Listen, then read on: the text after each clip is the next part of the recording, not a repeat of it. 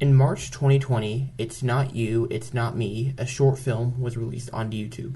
The film details the relationship between a man named Chris, who is asexual, and a sexual woman, his girlfriend, Tina. This film chronicles their relationship as Tina wants to have sex with Chris, but he is not into it. He does not want to have it.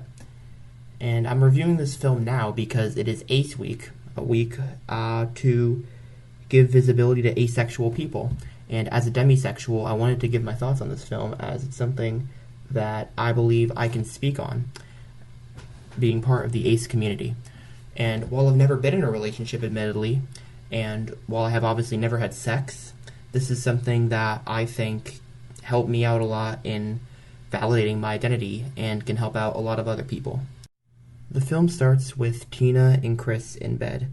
After agreeing to stay over for the night, Chris conveniently and deliberately ignores Tina's desires to have sex with him.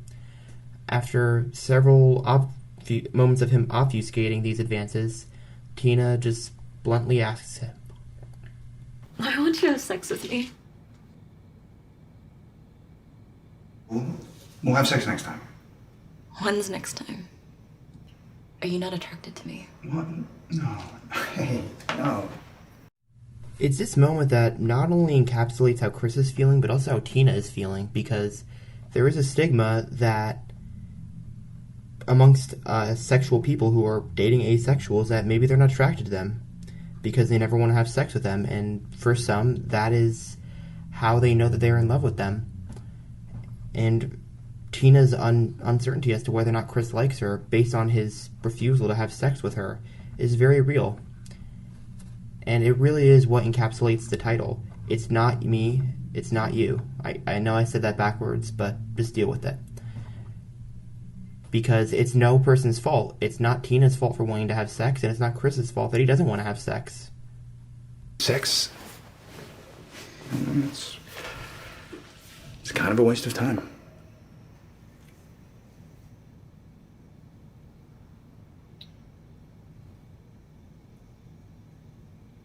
You're okay, right?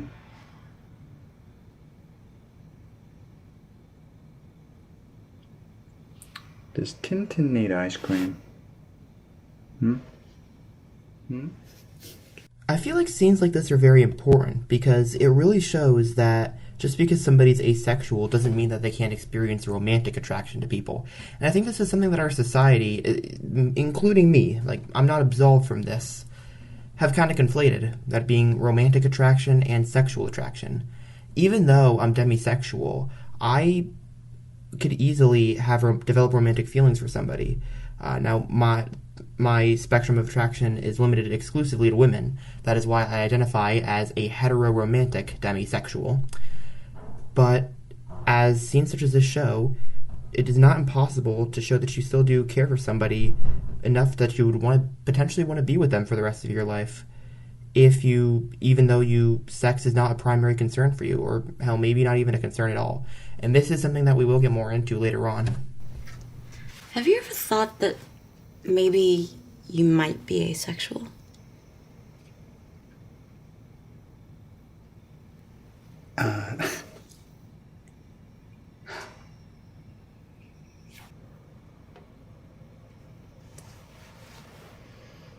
I've thought about it. Yeah. Why didn't you tell me? I told you that I had a low libido on our first date. Why'd you sleep with me on our first date?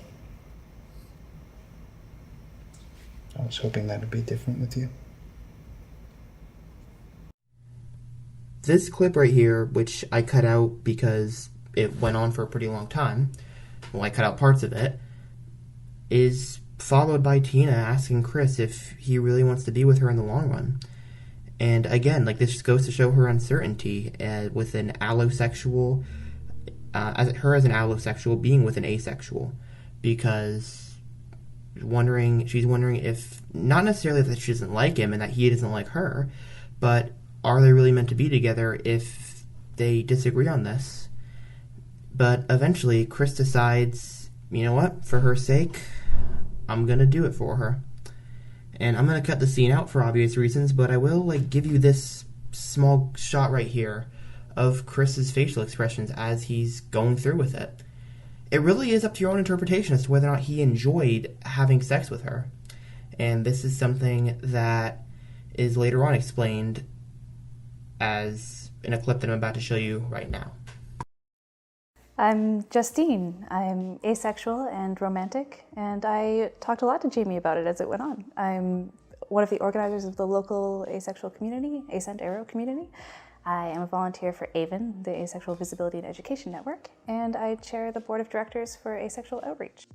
In this video, Justine talks to Jamie, the actress for Tina in the film, about her thoughts on the movie and some of the underlying concepts that it details, and a lot of these are things that really do stick out to me.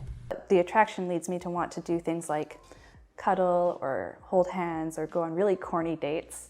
But it just never gets to the point for me where I ever want As sex. Justine explains in this video, she talks about her own experiences as an asexual, such as being in a relationship and being polyamorous. But I won't play that here. I'll leave a link in the YouTube card for this video if you want to check it out yourself.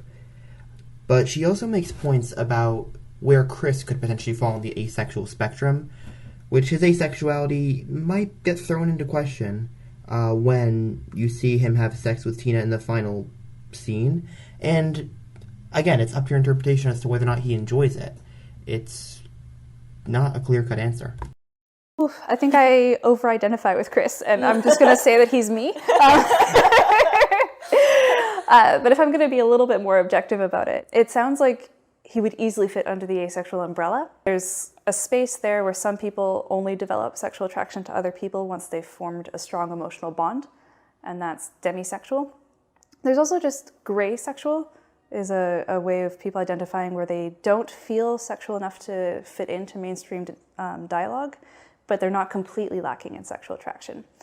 And I think that it's possible that Chris fits somewhere in there. He seems to be really at the beginning of his journey in finding out who he is. As I watch the film, this explanation really hits home to me. It definitely feels like that's what Chris is doing.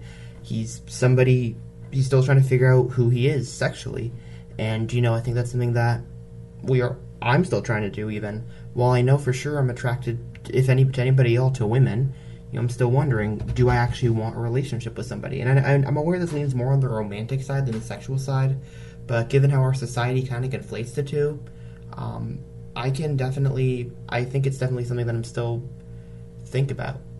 And for this ACE week, I wanted to share this film with you and how it's helped me come to terms with my demisexuality as of right now, but how it can always be an ever-evolving situation, and how it can help other people as well in determining aspects of their identity.